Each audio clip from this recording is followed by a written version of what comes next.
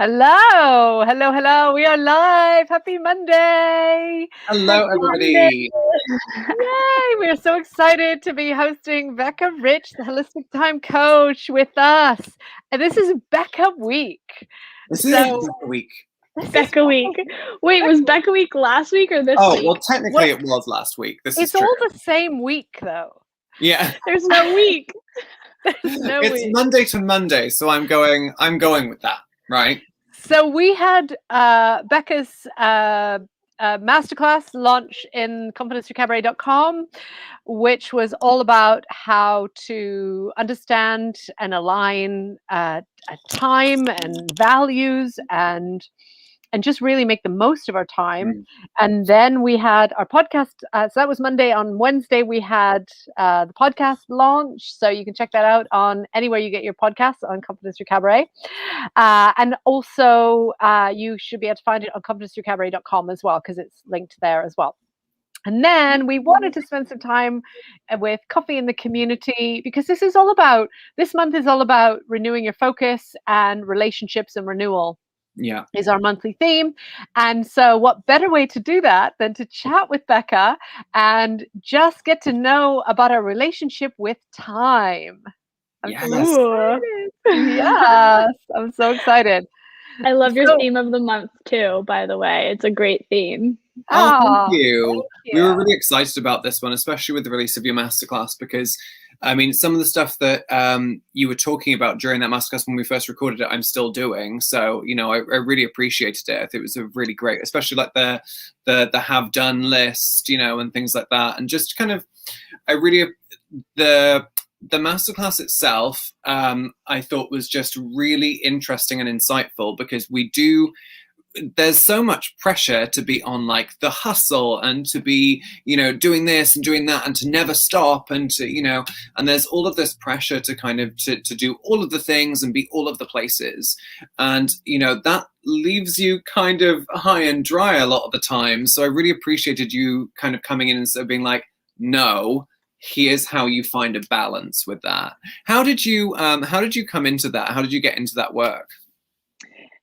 Yeah, I think so that's why I love your monthly theme this month, because like taking time to just step back in bird's eye view, it like Mm. really helps solidify a lot of the things that I'm sure we'll talk about today.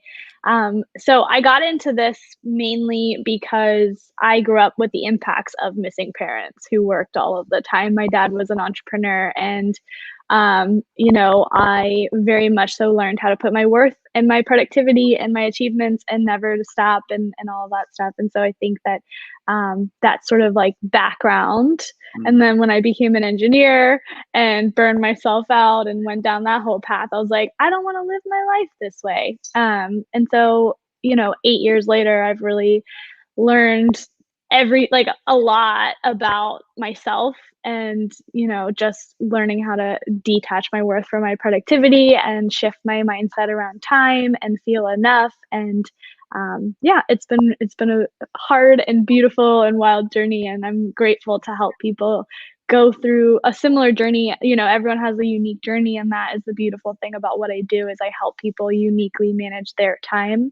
It's not about fitting it into a box and like making you time block if you're not a time blocker, or making you do something else, or it's not about what strategies. Like, I'm helping people shift their mindset around time and Mm. love themselves. Mm.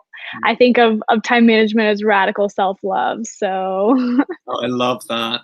And okay, there was something you said, well, there's many things in that, but there's something you just said that was, I think, particularly resonant for a lot of people within this community, which is detaching your worth from your productivity.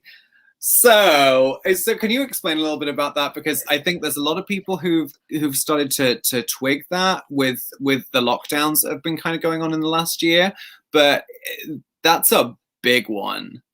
yeah, and it's a journey that I'm still learning. Like, I was about to say I've learned everything, and then I was like, nope, I have not learned everything. I like went back on that comment, because there's no way that I'll ever know everything. But No. with this journey, I think the first step is just becoming aware that you feel unhappy when you're not productive. That's Right. like the first sort of like cue. And like, I can't sit with myself. I can't take time away from doing things. Mm-hmm. So it's really just like becoming aware of like you feeling unhappy and not content with yourself Yeah. for whatever reason, but mainly when you're not doing is Yeah. when I find that, you know, our worth is tied up in our productivity. And, you know, for a lot of people, it ends up in burnout. It ends up just hustling your booty off and like losing who you are, losing the precious moments in life, losing years of your life, you know, all these things that, we just forget about when we're so caught up in our to-do list and like Mm. in the day-to-day of things. And so I think, you know, obviously with anything, awareness is the first piece that I had to go on, which was like I was in a hospital with an intestinal infection trying to meet a deadline. So Yeah. like that was like a pretty big awakening. Yeah. And then, you know, little things since then, and it's Yeah. really just like learning how to come back to yourself. And you know what? I think for a lot of people, although that's an example, I think that's actually quite resonant for a lot of us. You know, there's certainly been times when, you know, I remember at a certain point when I was working in retail, I was really, you know, looking to try and advance at this one point, you know, within fashion retail a long time ago. And I got to a point where I was having a full-on breakdown. I was literally found by the manager of the adjacent store, mumbling to myself and in like a storing unit, just huddled over, you know, running ragged, doing everything I could possibly, you know, with no money, no real respect for my time or energy or any of that stuff that was going in. And I went into the next job when I left that one because the stress was destroying me. I did the exact same thing again. And I think that's the thing that like it does repeat so much. Where do you think that pressure comes from? You know, there's no one like answer. I think it's a Mm. combination of how we grew up. Like a lot of Right. times, the work that I do with my clients is like coming to terms with were your parents chronic procrastinators? Were they chronic workaholics? Were they did they always, you know, show up late? Like all of those Right. stories and behaviors that we learn from our parents come through with our time mindset and Mm. attaching our worth and our productivity. Mm. But obviously, our parents learn it from somewhere, their parents, Right. their parents, their parents. So it's generational and also societal, right? So, like, Right. we're the 40-hour work week, like going to school and just like entering into this rat race of just like Mm. being human. It seems so mundane when I'm like, we're just indoctrinated into like, I just think of humans as cows sometimes. Like, we're Right. just like herded into school and then we're Yeah. like, controlled all day long in school, and then we like leave school and become, you know, into the corporate workforce, and then we retire. And so it's Yeah. just like this like bleak sort of like thing of just like our lives. And I think that there's an opportunity, especially in the online business world. That's why I do like the work that I do with my entrepreneur Mm. clients, is this like there's another way to live, right? And that's something that you've really taken on into your because you've got a whole new thing that you've been working on, a whole new project that you've been working on with regards to this. So what's the new project? How does it look? What's the plan? What's happening? Yeah. So, well, I'm kind of working on two, and I want to share about the one that I just released. So, right now, I just released a new offer called the Sustainable Schedule, and it's a VIP day where we build your schedule, like build a schedule that feels good for you and Mm. is aligned. And like we talk about your values and just like how to balance all of the hats that you're wearing. But then also, we coach and go into like, why have you been struggling to follow your schedule? Like what has been coming up around your time mindset, like things like that. So we Mm. go into the second half with some coaching, time coaching.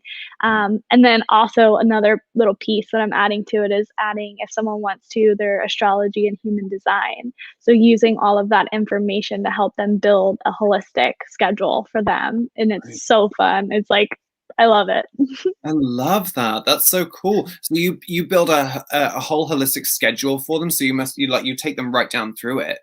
Yeah, like the whole thing. They like after 2 hours you leave with a schedule that you know, you can use every single week, and it's built on reality. So I know a lot of like people time block this beautiful schedule and like they like create this whole thing and then they don't follow it at all. And so a Mhm. big piece of what I do is what is happening right now.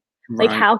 how can we turn what is happening, what time you typically wake up, what time do you eat, what time, like all these things happen. I call them containers. So like we create your work schedule around what naturally happens. So you don't Right. force yourself to wake up at 5 a.m. and like try and follow all these other productivity like hustle hacks that I call.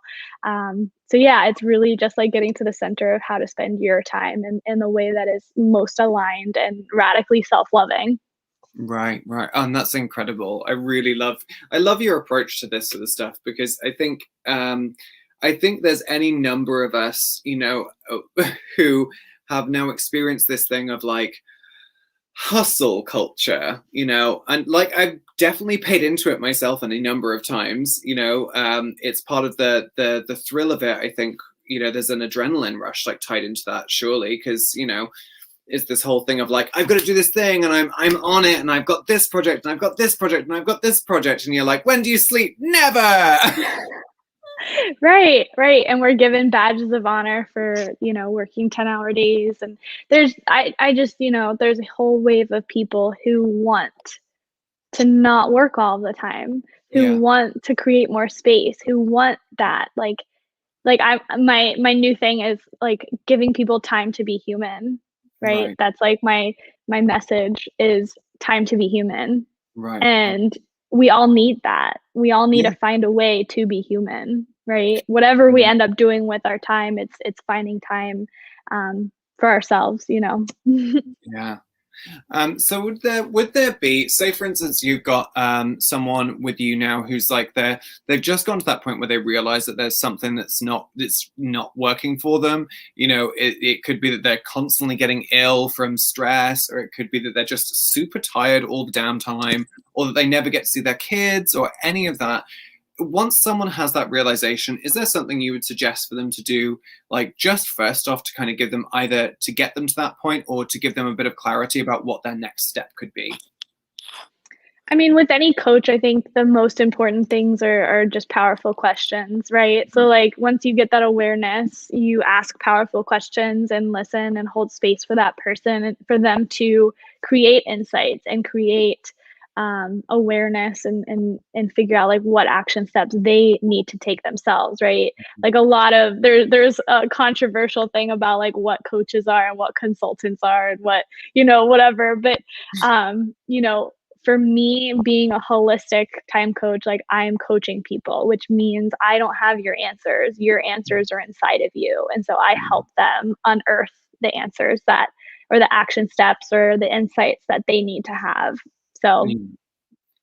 it's unique. Oh my God, I love that. Okay, so we know each other reasonably well in that you know that I'm an A-type personality. And so I'm very much about measuring worth by getting stuff done. Mm-hmm. How do you help someone rehabilitate that? Because that's bigger than just like reorganizing, my time in alignment with my values. That's giving up a lifetime of habit. Yeah, and so it doesn't work overnight. That's like the sexy flashy thing that we're sold, right? We're like sold that I'll help you like be able to sit with yourself and do nothing all day long and be okay. Like that doesn't happen overnight. And so that is why, the main package that I work with my clients is 6 months at the minimum. And so we meet, once a month and we each have we create themes for the month and it's a process that comes sort of twofold. And so it's like realigning how you work, getting more holistic and intentional and mindful with when you are actually working. And then the other piece is just taking time off, just forcing yourself, basically. I call it training yourself to rest because forcing never really sounds fun. But it's a process of sort of like ripping the Band-Aid off. And, I've had therapists and coaches and people to support me in my goal of being able to sit and do nothing and just be content and be human and take time off away from getting things done. And so there's so many exercises that, I could bring up, but one of the first ones that I think would be most important is like I had this whole breakdown moment again once I started my business, because I was like, I want my business to be successful. Like it was all that stuff of hustling and passion. Like I was so passionate. I am so passionate about what I do. And so I had to write down, sort of close the loop. I don't know if you've ever heard of closed loop productivity, or just like closing the loop. I had to close all the open loops in my brain, which just looked like brain dumping all the things that I needed to get done. And then I had to consciously choose myself. I had to consciously put it down. Like, I don't want to do any of this stuff, because none of it is going to make me feel more content. None of it is going to make me happier. And so it's like that sort of a ripping the band-aid off exercise. There's gentler things, there's like simpler things or smaller things. But yeah, that one was really powerful for me to choose myself over doing anything. Okay. So I hear you. And if I had patience, I like what you're saying about closing the loops, because I think that's a really important one, about consciously choosing that. And I do believe that you can learn to relax. And I do believe that you can intentionally, take time away from work. Work is not your identity. It's not who you are. And of course that your work ultimately ends, right? At some point, even if you're Bill Gates, it still ends at some point, right? So, but I have used time. Oh, so no, I've used work productivity as my way of hiding from the ultimate question, which is, how do you feel? Right. So that's very closely tied in with A type personality, Mm, is the how do you feel? Because I don't want to feel the feelings, right? I'd rather just be really, really busy, really, really happy with my to-do list, lots of ticks every day, a little bit of adrenaline, the hormones are working in the right direction. It's not nothing, I'm not doing anything out of my alignment. But how do we, because and especially because May is mental health month in North America, and it's mental health week here in the UK. I'm going to get a week apparently. And but we obviously are aligned that mental health is a daily practice. But if I'm really honest, I use that busyness and that to-do list to not ask myself that question about how do I really feel. And so if I have downtime, then I have to face that question, because it ultimately will come up. And I don't want to feel that stuff. I mean, I'm okay now because I've had a year and a bit, but certainly when I started with the COVID thing, I did not want to feel those feelings. So, mm. what would you say to people who are really kind of just keeping busy for their own mental health? If, I know it's a short term thing, but what would you say to them? Um, so this is my personal opinion. Like, that's where workaholism comes into play. Like, if you are working to avoid emotions, then that is an act of addiction. Yes, it is. Yeah, it is. No, It, definitely. so there's a reason behind that. There's a reason behind why you don't want to sit still and don't want to feel your feelings, and you use work as an act of addiction to sort of numb. And so that is honestly, like, that's where my therapist has helped me, right? Like, sh- she has reflected back to me that I am enough. She has helped me sit with my feelings. Like, she's a somatic experiencing practitioner.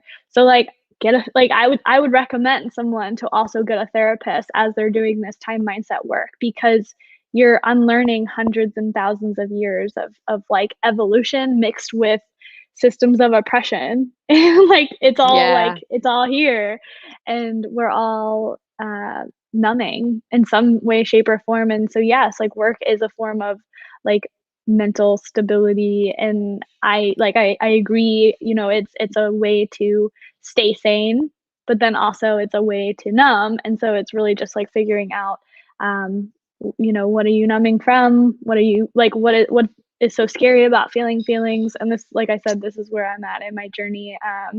Over the last like 2 years, I've been working on feeling my feelings and reparenting myself. Ah, feel the feelings and reparent. Yes. Yeah. And it's Yes. huge.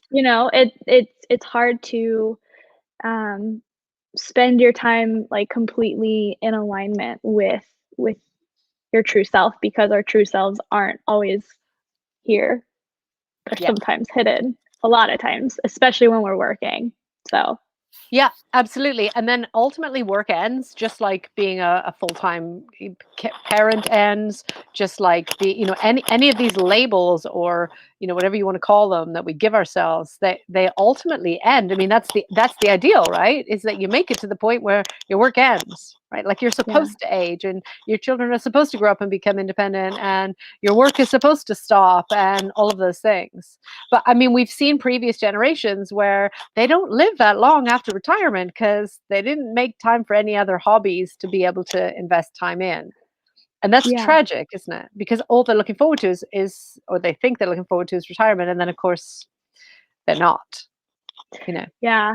Yeah. And that's sort of where the analogy of like herding cows come into play, is like we're never truly allowed to um, lift the burden of like society and time and oppression, and to actually experience being human, to actually experience this life. And maybe that's an argument for like why we come back so many times trying to learn lessons over and over and over again, because like we don't have time to actually like consciously learn them, or like pay attention enough, or be present enough with being human. That's going like super deep down the deep end, but Yeah. But I love that, because I think it's really easy for us to want to avoid the human experience, which of course then, if you think ahead far enough in your life, you're going to look back at this and go, actually, I didn't experience most of that stuff because I was numbing. yeah, you're not gonna remember what you got done today. Like, See, I hate that you said that because I know it's so true. It is so true. I'm It is really, sorry. it is, no. Yeah. But the reason I hate it is because I know it's so true. Yeah. And I think so many of us, it's a bit like if if you're, let's say you're trying to lose weight and you decide you're not going to have the piece of cake. I've done this many times because I'm usually around corporate lunches, and I always, avoid the cake. And I used to think, oh yeah, no, but this cake is here now and I'm going to want to eat it. And then, a couple of days later, I'm like, I don't even remember what the cake was. So it wouldn't have been worth eating anyway. It's almost that kind of thing, but in a much bigger scale and on a much longer term. You're not going to remember your to-do list. And that is such a good soundbite. You are not going to remember the things you did or didn't do today. Yeah. Yeah. Fully. And, there's a whole series of judgment reactions that we have over all of this. Whenever we don't enjoy ourselves at work, we're told that we tell ourselves that we're either not doing it right, or we messed up and we took the wrong career and that's our fault. Or if we are trying to take some time for ourselves, then we judge ourselves for that, because we're like, well, we should be working and there's all of this stuff. And we regularly say, don't should yourself, because it stop shoulding yourself, because it has that reaction. It kind of reinforces it. I mean, that must have been such a process for you to kind of go through yourself when you were trying to sort of unlearn this stuff, and as you kind of go through, do you think this is a lifelong process that you kind of have to go through? No doubt. Yeah. Because, I mean, it's just living. Like, it's just like it's being alive. So yeah, I do think so. I think at some point, and over the last 8 years since my burnout, my big burnout moment, I have seen shifts. I have seen changes. I have grown. Right. That's why I'm doing the work I'm doing, because I feel qualified and confident in myself that I can help others do the same journey, go on the same individual, unique journey of detangling your worth and stepping off of the hamster wheel, and also learning how to work differently and more aligned and better. However, yeah, like as I continue to rest, then a whole nother fear comes up. As I, change the way I work, a whole nother like thing comes up. So I always tell my clients that it is a constant experiment, right? It's a constant experiment of learning how to spend your time, where to put your time, what to focus on, and how to, do it in the most aligned way. So yeah, it happens forever. Yay. Well, yay. And time isn't real anyway. Like, I love that. It isn't. It's all made up, right? Yeah. Like, whoever made up a 9 to 5, Monday to Friday, well, I'm not thankful. Like, who said that 8 hours is exactly the amount of time we need to get stuff done? It's like, that's not true. And Yeah. fortunately, a lot of employers are starting to see that. Like, here's the work, however long that takes. Yeah, and I love that model so much more because then it's on us as individuals. We have free will, we have our own autonomy to manage our own time and spend our time in the way. So it is like a hard process, right? To go from corporate like cow herding to like learning how to manage your own time and spend it in a way that you can get work done and stop and separate yourself from it and like live and right be human. Yeah. Yeah. So your sustainable schedule VIP day. Mhm. These are do most people have one VIP day, or do they usually have a series of VIP days? Or like, So I'm thinking like I need every day. yeah, right, no, so I teach people in that how with the second half sort of is like coaching and integration. So like once we come up with a schedule that is realistic and holistic and aligned, then we talk about integrating it and making it shift and change as you change every single day. So it's not like I just come up with this like perfect time block schedule like thing that you can actually follow, but then I talk about how to integrate it into your everyday life and move things around and be flexible. So there is that, but then also that is where my coaching program comes into play. So like my two offers are the VIP day alone and then the VIP day with 6 months of support minimum, where we deep dive into your mindset and deep dive into this work around like detaching your worth from your productivity and actually stopping and resting. So that's sort of where those two, how I can support you aside from that. But yeah, anyone can have more than one VIP day. Like that's cool. I think that would be so fun to like do it like every quarter, for example, and like update. That's what I do every single quarter. I track my time for a week. I realign my schedule and make sure that it still feels really good. And so it's a really, a crucial moment to tune in and reflect and make sure that I'm still spending my time in the best way possible. So yeah, that sounds like a fun idea of just like doing for my VIP people who sign up for this, like just like a quarter refresh, like every single 3 months of just like, hey, let's tune in and reframe and just shift around a little bit. So we'll see. Amazing. Okay, and are these one-to-one, the VIP days, or are they in a group? Nope, one-to-one. There's no way to hide. No way to hide. No. But so like this is where like you guys, I mean, y'all know my energy. I think like I this is like what I think I'm so good at is just holding compassionate space of just like I accept you fully, like whatever comes up, like we're here to support you. There's no changes that happen in shame and guilt, and that is why like when the to-do list and time and all the guilt and shoulds and shame and all that stuff, like that's why we struggle so much with time management is because there's so much guilt and shame wrapped up in it. I fully love that quote. No changes happen in shame and guilt. That is fully the thing. That is absolutely the thing. Oh God. And you as you say, I mean, in the masterclass itself on competencecabaret.com, one of the things that we talk about as we're going through that is your response to people and how you facilitate their sort of their change in schedules. And you really do you really have a way with this. You know exactly how to do this without that kind of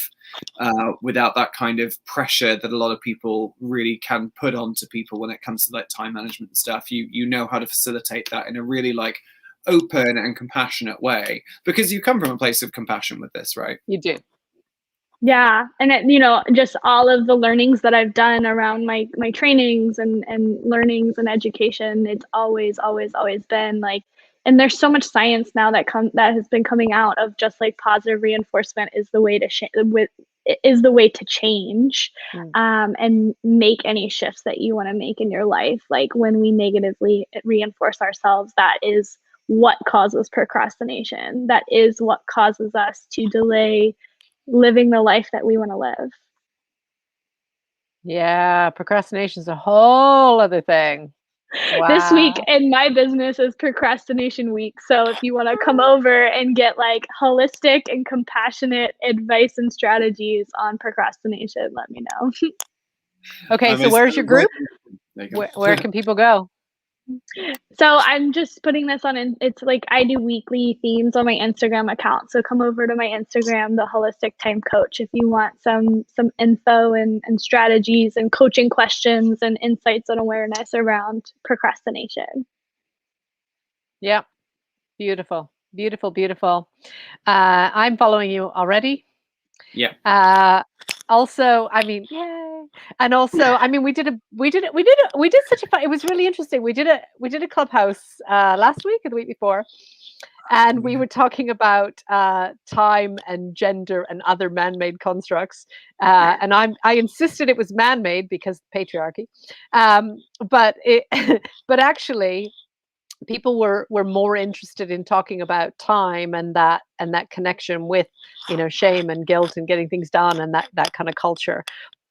So it is such an engaging conversation. So go and check out the Instagram conversation. Go and check out Holistic Time Coach on Facebook, and now I've changed it to Holistic Time Coach because it was Holistic Tim Coach. I don't know why I made it that. So there are lots of places to find you. When do you do your VIP days? So I host 5 a month. So if you're interested in doing any of those, I've already done 4 this month. So I'll have 1 more in May, and then I'll, re-up in June with some folks. So if you want to learn more information, the sales page for the VIP day is still coming out shortly. I don't know, we'll see. But if you are interested in signing up and getting your time back, getting in control of your time and feeling aligned with it, like just send me a DM on Instagram and I can give you all the information that you need. Yeah, and I can say, I mean, you are just like one of the most patient people ever. Oh gosh. You just are. You just are. And it's so calming. I'm not like, I don't know how you spend your own time. Like, I mean, it's like all of us. It's a work in progress. You've been really honest about that. But I just think, what you said earlier about the fact that there isn't shame and guilt, and that, you do have energy and gifts to share with others. I just want to really reemphasize that. That is my experience fully. And I just can't emphasize enough. It is always such an inspiration to talk with you. It's always such a calming and understanding experience to talk with you. So if you want to get your time back, if you want to get control back, then reach out to Becca. I love that you're only doing 5 a month. See, I'd be like, okay, I can do 5 a day. It's fine. I love that you're limiting it and going, no, you know what? This is what I have the energy for, because it is a lot of energy to give to other people, right? And you need to be able to re-energize for yourself. Right. And I still have my 6-month, retaining clients that we meet every month too. So it's not the only thing that I'm doing, but yeah. And if someone were to sign up for a VIP day and like got their schedule, and then they're like, oh my God, I need more help. Like you can add on the 6 calls as well. So you can do it either way, sign up for all of it up front, or just like do the VIP day to get a feel for my work and how I do things. And if you're like grooving and feeling good about it, then yeah. So those are sort of the 2 options to take your time back. Take your time back. And I think, and there are some amazing hints and tips on confidencerecabaret.com on your masterclass. I think my favorite has to be the done list, because I have so many days when I think I've done nothing, especially the days when my computer crashes and I've literally like there's nothing done. Like I haven't, like I had all the list of to do, and then they couldn't get done, and then I'm like, I actually had the other week I had a whole week of that, and I was like, I've literally done nothing. But then when you go back in the done list, it's like actually I have done stuff, and I can kind of account for where my time and energy went, and yeah, I just love that tip. I think it's so helpful. Yeah. No, fully agree on that one. Fully agree. Yeah. I do too. This is my have done list for like everything. Oh, It's all gonna that. fall out. But yeah, like it's every week I'm keeping up with like what I've done in different lenses of you can get more complicated and like change up the lens of what you're focusing on. So there's even more deeper dive stuff that you can go into with them, and it's really fun. Oh, Okay, so we talk a lot about like personal life, work life, and stage life, and most people's stage life, it isn't literally a stage. It's like, you know, socials and things like that. Would you suggest keeping a done list for each one, or just keeping one whole big one? I'm a fan of decompartmentalizing as much as possible. So just one calendar, one to-do list, one have done list. If that's like, if whatever you do, have one. When you have a Trello board and an asana and a post-it note and a paper planner, like that's one of the reasons why you feel so scattered. Mm-hmm. Yeah, absolutely. And then you spend all this time running between them as well, which is also time. Yeah. Yep. Oh, fully. Yeah. So we actually do this. We actually do this pretty much daily. Like I can't think of examples lately of where we haven't done this, but we do kind of go, because so we always end our day, Ryan and I, with because we literally are just on the phone all day or on socials all day, and then we kind of go, okay, so here's the things we still need to focus on. Like here's our priority for tomorrow, so that we kind of have that in our mind, because otherwise we waste time the next day saying what do we need to do. But so we set that up at the end of the day while it's all fresh in our mind and we're on, you know, got some momentum. And then Brian is really good at this. He'll say, okay, but we did get a lot done today, and then he'll list all the things we got done. I know, thank you, Ryan. Right. It's true. Yeah. And he does, and then he'll go back through, here's all the things we got done, and I'm like, yeah, but we didn't get these 19 other things done. And you go, yes, but we got these things done. I'm like, right. Yes, and they're usually really important things as well, because it's so easy to get sucked into that idea of like, well, we didn't get all of the really important stuff done today. That means that we're going to have to do all of this tomorrow. And it's like, yeah, but we actually did get all of this stuff done. Like all of this stuff came together and was really useful, so we don't have to worry about it anymore. So it's like that. It is such a useful tip. I really like that. That is one that kind of constantly comes back for us, and is pretty much, as you say, like repeated daily. Perfect. Thank you so much for joining us, Becca. Like it's always such a pleasure talking to you. Likewise. And if people want to get to know you a little bit more as well, obviously they can book onto theholistictimecoach.com. They can visit you on Facebook under The Holistic Time Coach, or on Insta as The Holistic Time Coach. There's also our podcast available on Podbean, Confidence Through Cabaret podcast, where you talk all about your practice, how you got into it. We go a little bit more in depth with you about that. And we also find out about your fabulous alter ego, which I think is just, I still love that. I love it. And thank you so much for joining us today. It really has been a pleasure. Thank you. Yeah, thank you. Oh God. Well, I mean, everyone book on to get your special VIP day with Becca. It's been such a pleasure having you on here. If anybody has any questions for Becca, or if you want to do this again and you want to come back and you have more questions, because I know sometimes it's easier to sit back, watch the replay, and then be like, right, I need to ask these many questions. We do this every week. We either have a Confidence Through Cabaret in the community, Coffee with Confidence in the community, or we have our Cabaret Q&A. So feel free. I'm more than sure that we'll have you back at some point to discuss this. Yeah.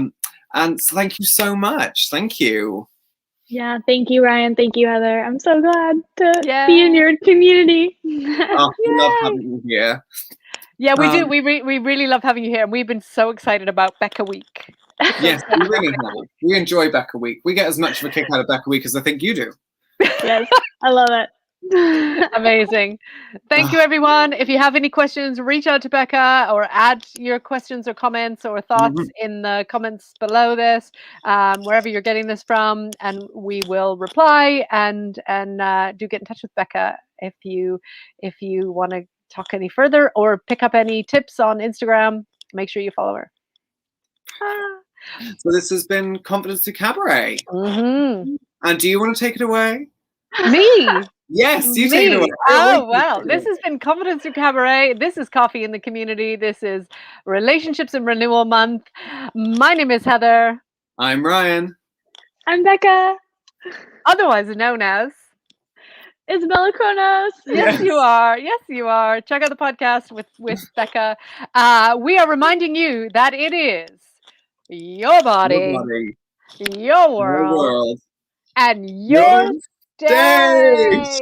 Yes. Bye, everybody. Bye.